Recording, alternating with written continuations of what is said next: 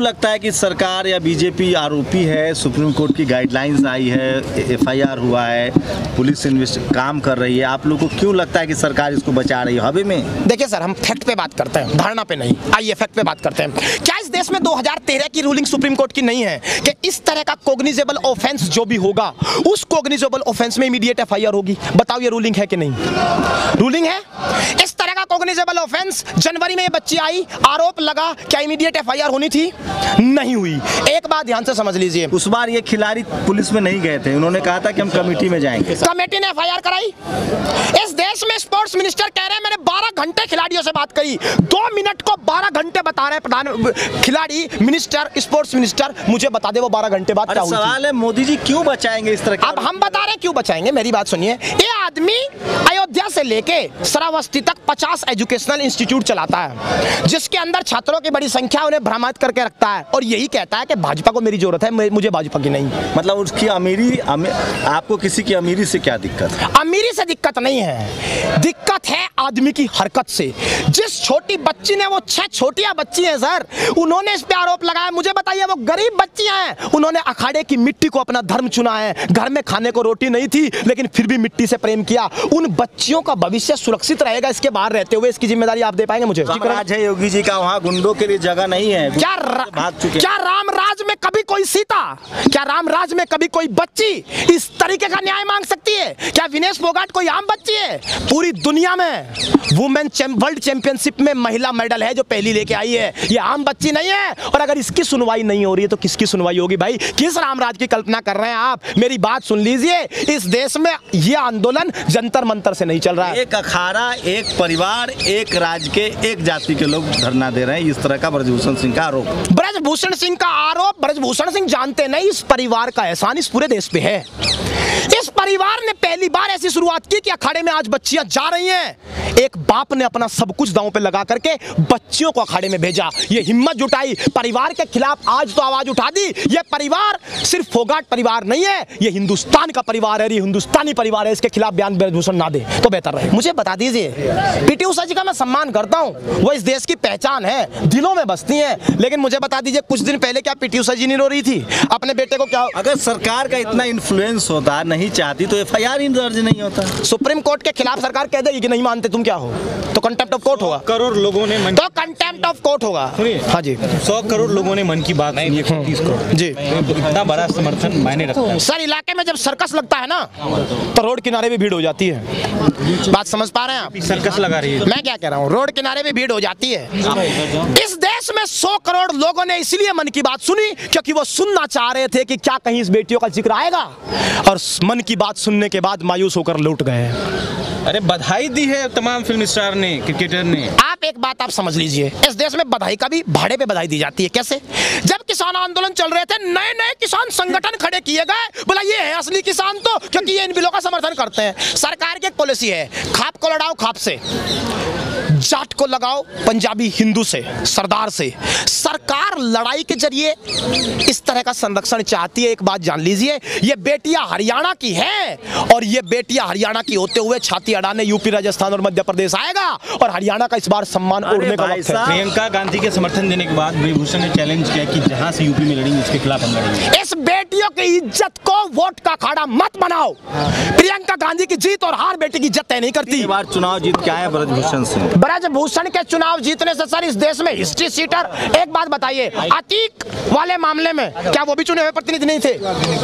आदमी चुनाव जीत जाता है इसका मतलब ये कभी नहीं होता कि वो आदमी कुछ भी कर सकता है। चुनाव जीतना इस बात का आधार कभी नहीं है। अब क्या मांग क्या है आप लोग? ब्रजभूषण सलाखों के अंदर, इन कानून से अंदर, उससे नीचे कुछ नहीं है जी। कानून से कह रहे हैं अंदर होंगे, वैसे सड़क पे बैठने को हम कानून बता रहे हैं सर, वो लागू करवा दो आप।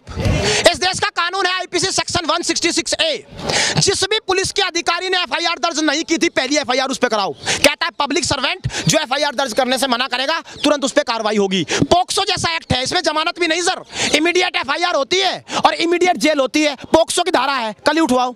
नाबालिग है, कानून ही बता रहा हूं सर, तुम कानून ही लागू करवा दो, छोड़ दो सारी बातें। बताओ पोक्सो एक्ट में होता है कि नहीं होता है। तो फिर अंदर भेजो भाई, इसका मतलब देश में कानून लागू नहीं हो रहा है। तो ये तमाम बातें इन पे सोच रहा मोदी हूं। जी के राज में कानून लागू नहीं हो रहा है। जी, मोदी जी के राज में कानून लागू नहीं हो रहा, हम बता रहे हैं कैसे। खतरे की बात है सर। वसीम बरेलवी बहुत पहले कह के चले गए, आंखें मूंद लेने से खतरा न जाएगा, आंखें मूंद लेने से खतरा न जाएगा, वो देखना पड़ेगा जो देखा न जाएगा, वो देखना पड़ेगा जो देखा न जाएगा। पैमाना भर चला है मोहब्बत के सब्र का, झूठी तसल्लियों से अब संभाला न जाएगा। कमेटी बना देंगे, ये कर देंगे, वो कर देंगे, झूठी तसल्लियों से संभाला न जाएगा।